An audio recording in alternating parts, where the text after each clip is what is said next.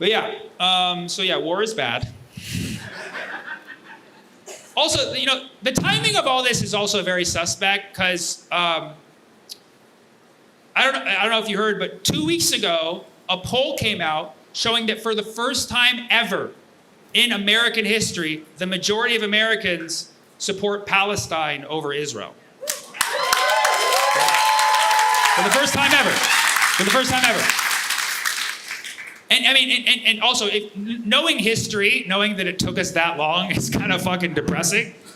But the fact that it happened and the fact that it jumped by like a landslide in like the last 2 years. Because when I was a kid, like, me and my family were Palestinian, but like we didn't see support from the mainstream community. Like we lived in Berkeley, so like obviously we knew a few people with dreads who were like, yeah, free Palestine.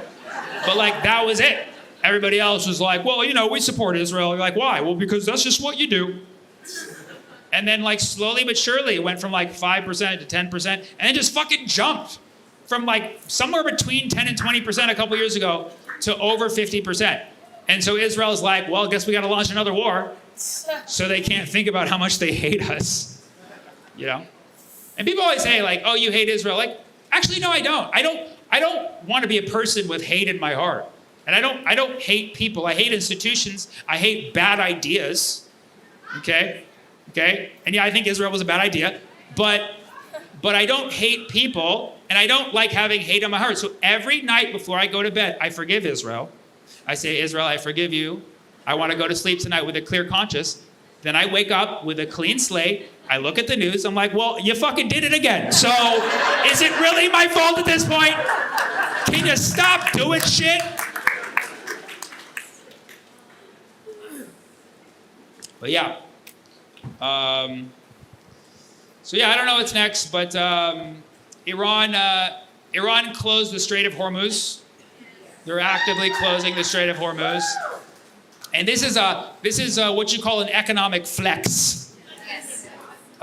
Because basically the Strait of Hormuz is where all goods from East Asia can come through, or even I'm guessing Australia too. I don't know if they produce anything other than kangaroos, but they can come up and basically get to the Western world, West Asia, Europe, and then even stuff that eventually goes to the United States. And even Israel benefits a lot from items that come through the Strait of Hormuz, specifically oil. For the longest time, Israel would get its oil via the Strait of Hormuz.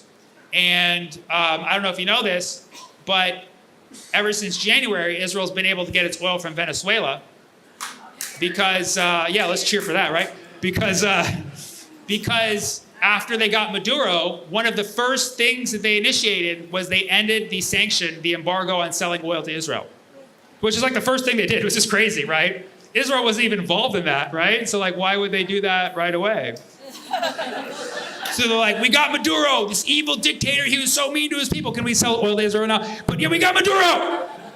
And then so they do that. And so now Israel can get its oil from Venezuela. And so now, next thing, war with Iran, they're like, oh, we're not phased because they don't need it anymore. So it's almost as if they knew, But Iran has this big economic flex because basically they own access to the Strait of Hormuz. And a lot of the world's economy is based on the Strait of Hormuz. And yeah, maybe you just should have thought about that before you fucked with the country that runs the Strait of Hormuz. You know what I mean? And you're like, with all this, you're like, oh, but Iran is oppressive to women. Sure, it's straight privilege, okay? Why does the bottle have to fall at my fucking punchline? I said it's straight privilege. Come on, dude. Come on, man.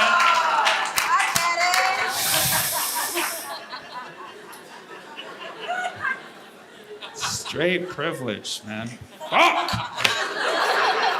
Fuck!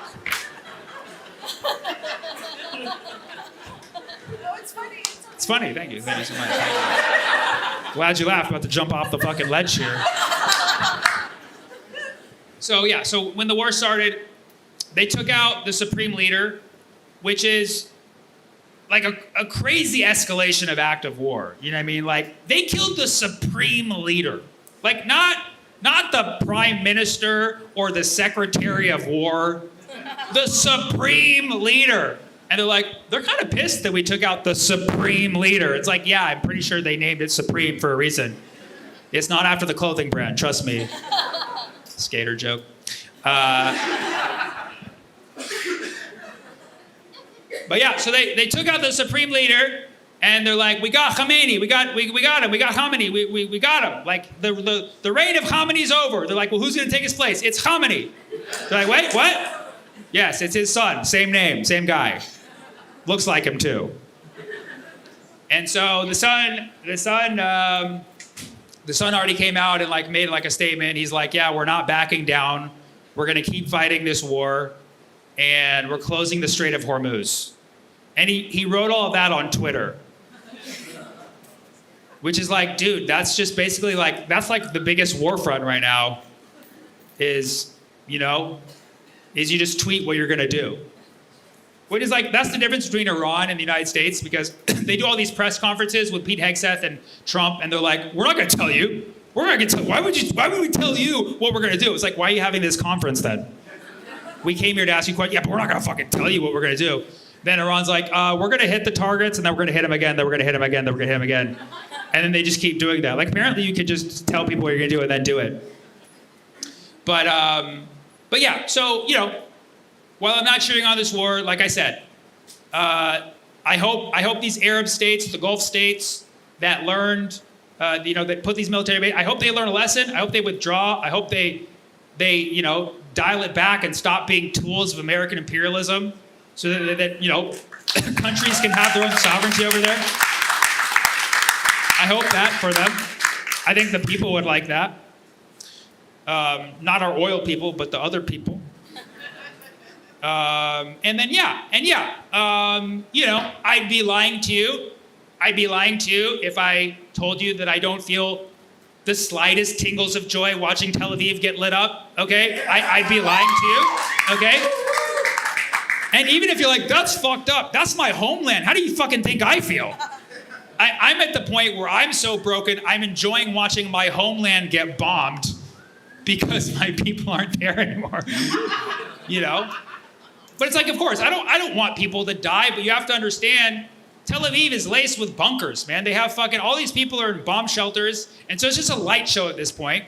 She's just getting hit, just watching fucking building get hit. I call it Palestinian porn, okay?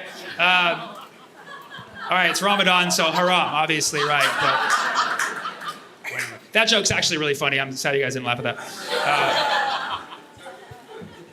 But yeah, but it's just, you got Gen Z out there fighting this war. They're just like, it's lit,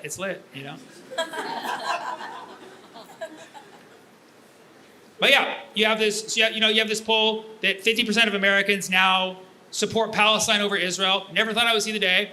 And it took so long because the creation of Israel came with a handbook. Like a literal handbook, I'm not even joking. Like, there's literally like a Zionist talking point handbook that people use to be like, okay, if somebody says this, say this. If somebody says like, hey, that's the Palestinians' land, you're like, no, actually it belonged to us many, many, many years ago. And then you'd be like, well, you just killed children. Like, no, but Hamas lives in the school. They're actually the principal of the school. And so there's like a thing for every little argument that you have that is like against ethnic cleansing. There was an excuse of like, no, but this. And after the last 2 years of seeing brutal genocide in Gaza, and then seeing like people on social media using their platforms to basically debunk every single one of these tropes in this handbook, finally the whole thing fell apart. Finally the whole thing. And people had to literally go through one trope by one trope and prove why each one was bullshit. Like, oh, but they're not good to gays. Like, nobody's been good to gays. What the fuck you talking about? And I'll tell you, the worst thing you can do to gays is bomb them, okay? So like every little thing, it had to be taken down. And finally, all of those talking points have now failed. Just like Iron Dome. Okay, that's my last joke on that subject. Okay. And so the other thing is like, see, you got people cheering for Iran, and here's the thing: I I don't cheer for any government ever. I don't support governments. I believe in people. I believe in the power of people, okay? Sure, I'll watch Iran light some shit up, but I don't support their government in every aspect of it. I don't cheer for anyone in this war, okay? But you have to agree that for regular people, even in America, Iran's messaging is a lot clearer and more likable than the United States' messaging. You have to be fucking insane to believe this shit that Trump's saying when Iran's messaging is very clear. They're literally writing on their missiles, "This will destroy your pedo government." Can't argue with that. Can't argue with that. Our government, they always try to make it seem like this war is for us. They're like, we got you war. Didn't you want war? Like, no, motherfucker. We didn't want war. You said you were going to have war. We didn't want war. They're like, but it's for you. They're like, we need this war in Iran because obviously their government is bad, their government is evil, and we need it for our security. Motherfucker, what security? What fucking security? Social Security? I'm not getting that shit. Healthcare? Don't have that shit. I get shot up at fucking Walmart. The price of eggs is gonna cost me my fucking testes and ovaries. What fucking security do you have? You know, they're like, well, this is for your safety. If we don't do this, Iran's gonna launch terror attacks in the United States. Like, they just said they're gonna. Like, what are you talking, like, this is, like, when you consider, and I believe these things to be false flags, like I mentioned, I believe the attack on California potentially is a false flag. But like, given how much evil shit we've done to other parts of the world, specifically Middle East, and then you look at the number of actual terror attacks that have happened in the United States, I'm surprised these motherfuckers have not done a lot more, dude. Holy shit. And you want to know why people from the Middle East have not done as many terror attacks as they probably would have wanted to do or could have done? It's not even just because our security is strong. It's not. It's not. I fucking just got a smoothie onto the airplane last week. Okay, it's not. It's not. It's not. The honest reason why there hasn't been as many terrorist attacks in the United States as there could theoretically be with the amount of animosity we create in the world is because people around the world are not as bloodthirsty and evil as we are here in the United States. That's just the basic fact. And I know you're like, not me, I'm a good American. Like, yeah, until you don't get your fucking latte. You know what I mean? Like, I've seen how people act in fucking line at the grocery store. We are fucking savages, okay? And so yeah. So Trump is obviously lying about how the war's been going. He'll tell you that we destroyed their Air Force, we destroyed all of their Navy. It's not true. They're like fully stocked. They have 92 million people. They've been preparing for war against the United States for 20 fucking years. And so, and I've been watching a lot of military experts weigh in on this, like my dad and my mom. No, I'm just kidding. Like actual military experts. I've been watching actual military experts, and a lot of them are saying the same thing. They're saying you cannot do a regime change when your primary source of attack is the Air Force. Like, it's just not, you just don't go drop bombs. You have to put boots on the ground. You have to put Gen Z. What are they even wearing now? What do you guys, Gen Z, what's on your feet right now? Is it Vans? Is it fucking Jordans? So you can't do it by Air Force. So, I mean, theoretically, okay, I guess theoretically, if you have a very powerful Air Force, you could do it. But if you're gonna do regime change by Air Force alone, you need the most evil Air Force in the world. You need an Air Force that'll hit you and you won't even know that it fucking hit you. It'll commit the worst crimes against humanity and murder, but you'll have no fucking idea because it will present itself as something that did not do it to you. And that's why they appointed Kirk to the head of the Air Force. Not even a fucking joke, dude. Not even a fucking joke. They